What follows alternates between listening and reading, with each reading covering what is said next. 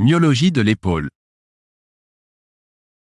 Toutes les propositions suivantes concernant le muscle deltoïde sont exactes, sauf une. Laquelle? A. Le muscle deltoïde s'insère sur la lèvre inférieure de l'épine scapulaire. B. Il s'insère également sur l'acromion et la clavicule. C. Le muscle deltoïde se termine à la jonction 1/3 proximale 2/3 distale de la face médiale de l'humérus. D. Il est innervé par le nerf axillaire ou nerf circonflexe.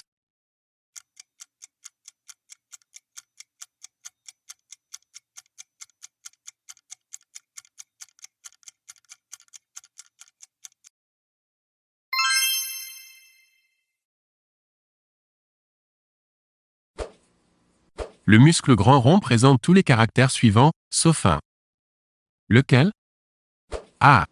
Il s'insère en dedans sur la face postérieure de la scapula, près de la moitié inférieure de son bord axillaire, ou bord latéral. B. Ses fibres sont obliques en haut, en dehors et en avant. C. Il s'insère en dehors sur la lèvre médiale de la gouttière ou coulisse bicipitale, ou sillon intertuberculaire. D. Il forme la limite supérieure du quadrilatère huméro-tricipital, ou espace axillaire latéral.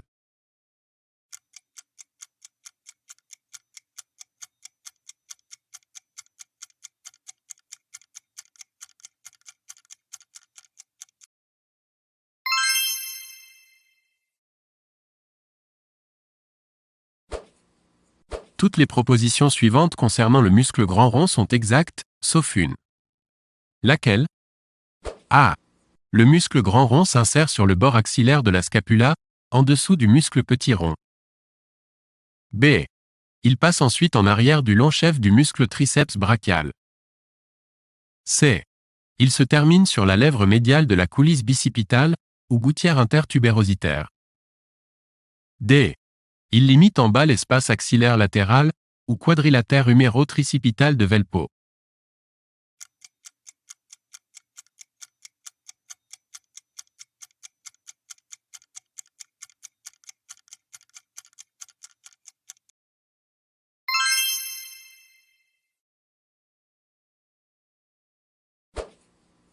Parmi les énoncés suivants concernant le muscle petit rond, un seul est faux.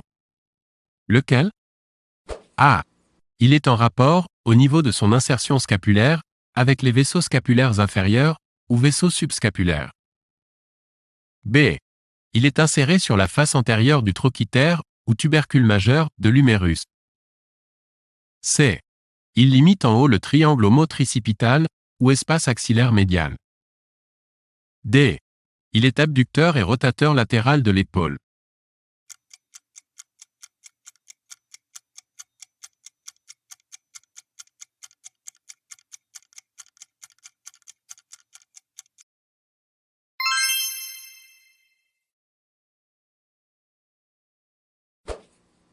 Parmi les énoncés suivants concernant le muscle petit rond, un seul est faux. Lequel? A. Il forme la limite inférieure du quadrilatère huméro-tricipital de Velpeau, ou espace axillaire latéral. B. Il participe à la coiffe des rotateurs. C. Il est innervé le plus souvent par le nerf axillaire, ou nerf circonflexe. D. Il est rotateur latéral du bras.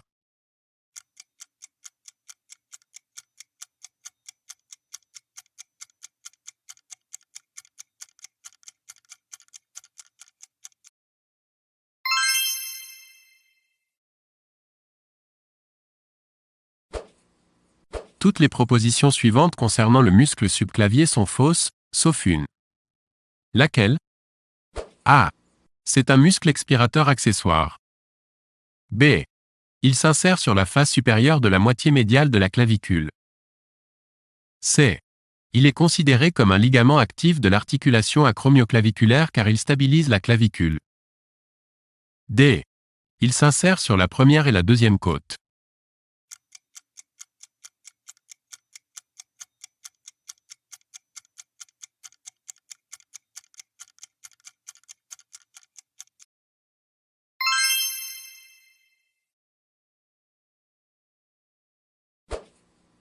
Parmi ces différentes structures anatomiques, une seule ne se fixe pas sur le processus coracoïde de la scapula.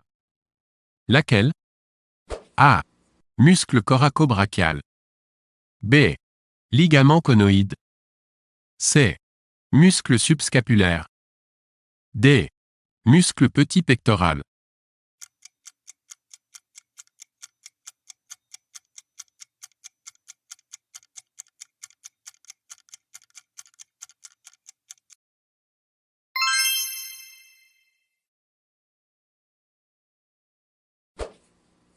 Parmi les propositions suivantes concernant l'action du muscle subscapulaire sur le bras pendant le long du corps, laquelle est exacte? A. Abduction et rotation latérale du bras. B. Adduction et rotation médiale du bras. C. Abduction et rotation médiale du bras. D. Adduction et rotation latérale du bras.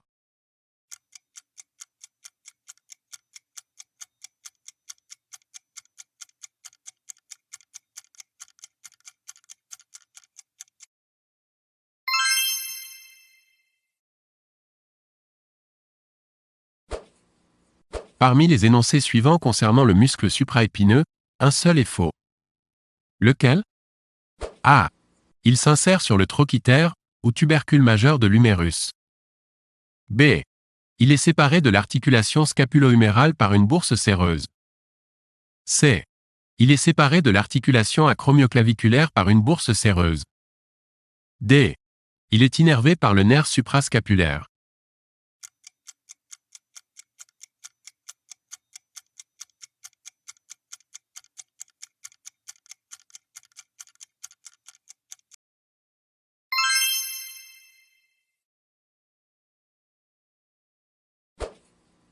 Toutes les propositions suivantes concernant le muscle supraépineux sont exactes, sauf une. Laquelle? A. Le muscle supraépineux s'insère sur la face postérieure de la scapula. B. Il traverse ensuite le défilé sous-acromial, en passant sous le ligament coraco-acromial. C. Il s'insère sur l'humérus au-dessus et en arrière du tubercule majeur de l'humérus, ou trochiter.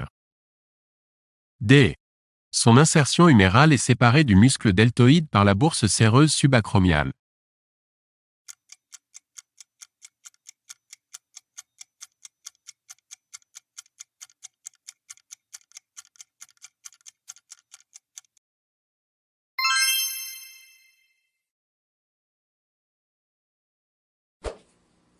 Le muscle infraépineux joue un seul rôle parmi ceux énoncés ci-dessous. A. Il est rotateur médial du bras. B. Il est adducteur du bras. C. Il est rétropulseur, ou extenseur, du bras. D. Il est rotateur latéral du bras.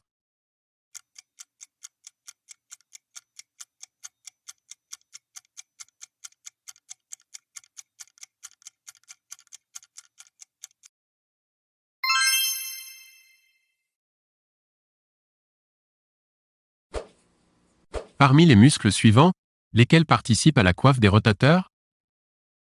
A. Muscle petit rond. B. Muscle subscapulaire.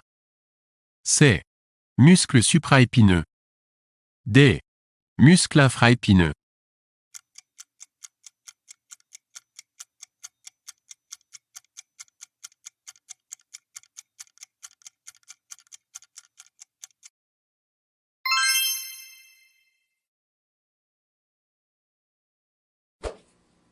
Parmi les muscles suivants, lesquels n'appartiennent pas à la coiffe des rotateurs? A. Muscle subscapulaire. B. Muscle subclavier. C. Muscle petit rond. D. Muscle grand rond.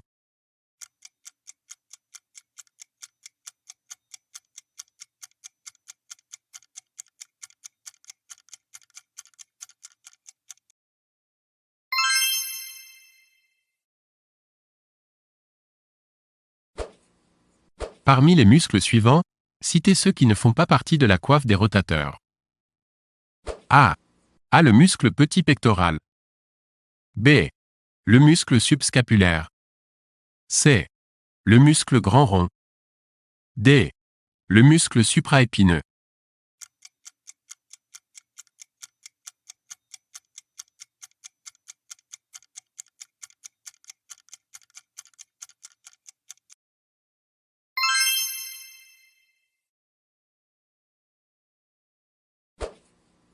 Les petits muscles rotateurs de l'épaule sont regroupés en coiffe. Parmi les muscles suivants, quels sont ceux qui font partie de cette coiffe des rotateurs? A. Le muscle supraépineux. B. Le muscle infraépineux. C. Le muscle petit rond. D. Le muscle grand rond.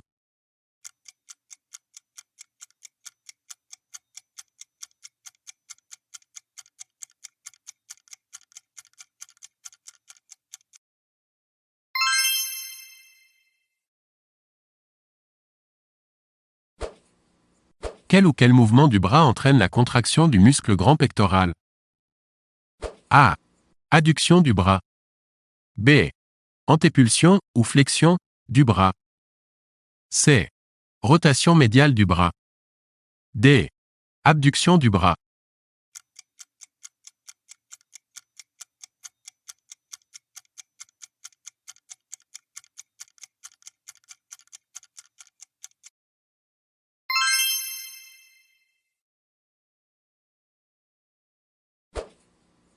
Le muscle grand pectoral présente tous les caractères suivants, sauf un. Lequel? A. Le muscle grand pectoral s'insère sur les 2/3 médiaux du bord antérieur de la clavicule. B. Il s'insère sur la paroi thoracique antérieure de la première à la 8e côte comprise. C. Il s'insère sur la partie antérieure de la gaine du muscle grand droit, ou droit antérieur, de l'abdomen. D. Il se termine sur la lèvre latérale de la coulisse bicipitale, ou gouttière intertubérositaire.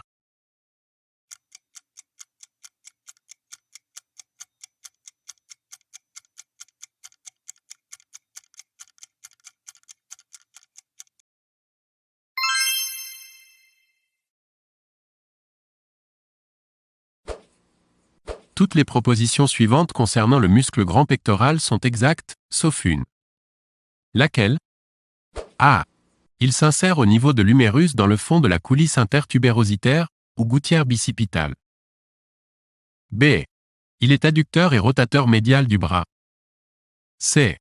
Il s'insère en haut sur la partie médiale de la clavicule. D. Il est situé en avant du muscle petit pectoral.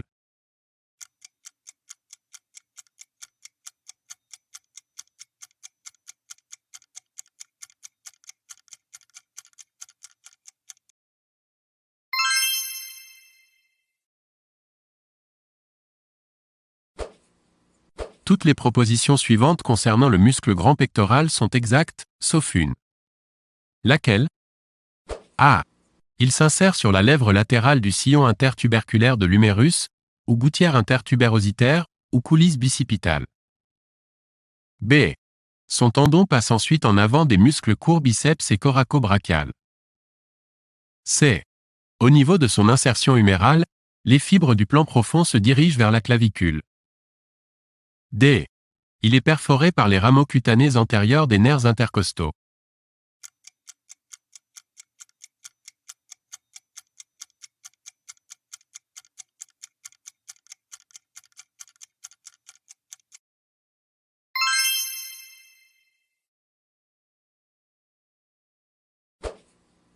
Toutes les propositions suivantes concernant le muscle grand pectoral sont exactes, sauf une. Laquelle? A. Le muscle grand pectoral s'insère sur la lèvre latérale du sillon intertuberculaire, ou coulisse bicipitale, de l'humérus. B. Ces insertions humérales superficielles se dirigent ensuite vers le bas. C. Il envoie une expansion vers le muscle grand droit, ou droit antérieur, de l'abdomen. D. Il se termine sur la clavicule, le bord latéral du sternum et les cartilages costaux.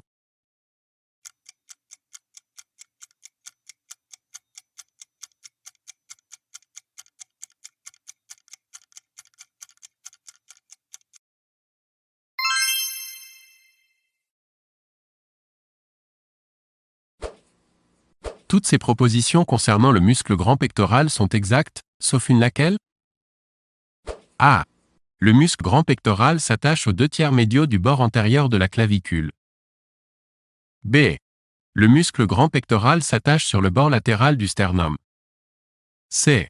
Le muscle grand pectoral s'insère également sur tous les cartilages costaux. D. Le muscle grand pectoral est adducteur et rotateur du bras en dehors.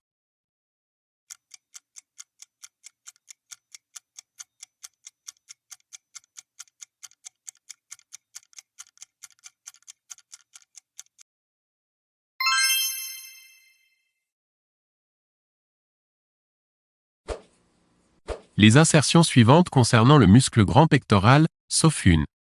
Laquelle? A. La diaphyse humérale. B. La clavicule. C. Le sternum. D. Le processus coracoïde de la scapula.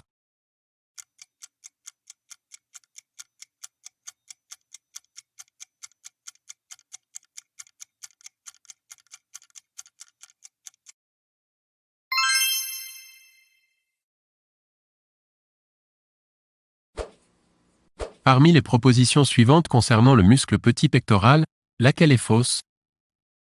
A. Il s'insère sur les troisième, quatrième et cinquième côtes. B. Il passe devant l'artère axillaire. C. Il se termine sur le bord médial de l'acromion. D. Sa contraction entraîne l'abaissement de la scapula.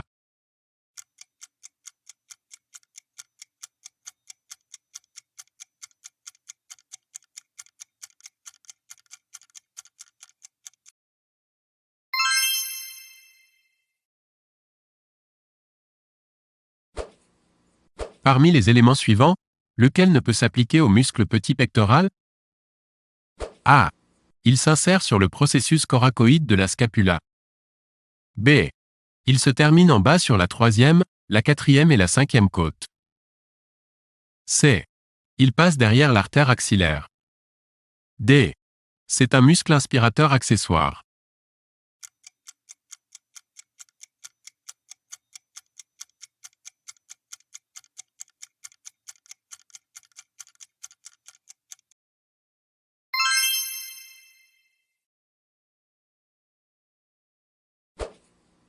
Concernant les insertions du muscle petit pectoral, monsieur pectoral minor, une de ces propositions est fausse. Laquelle? A. Le processus coracoïde de la scapula. B. Le bord antérieur de cavité glénoïde de la scapula. C. La troisième côte. D. La quatrième côte.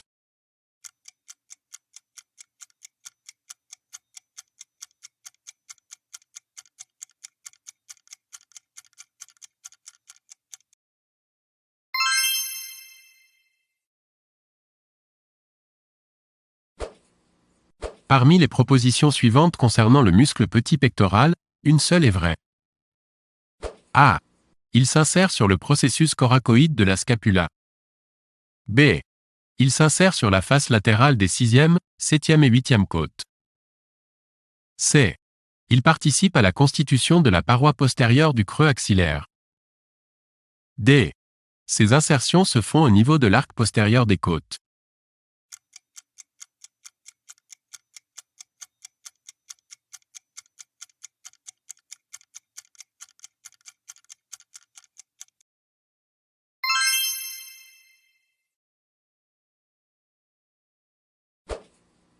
Parmi les propositions concernant le muscle petit pectoral, une seule est vraie.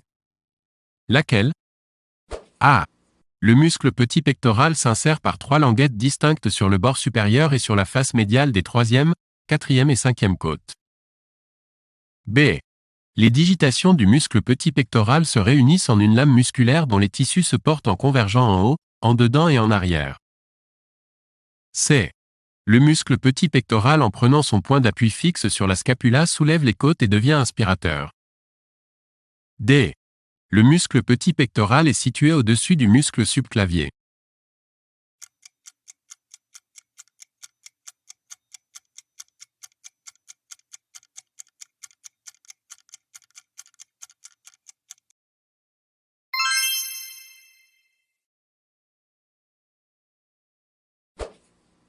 Concernant le muscle petit pectoral, une proposition est fausse.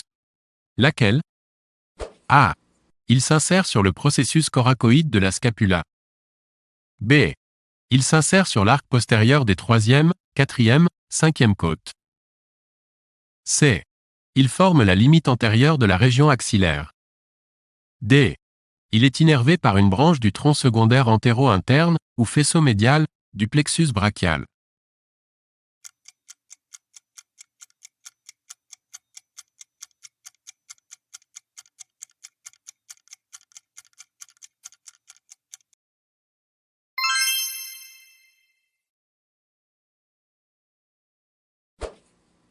Toutes les propositions suivantes concernant les muscles pectoraux sont exactes, sauf une.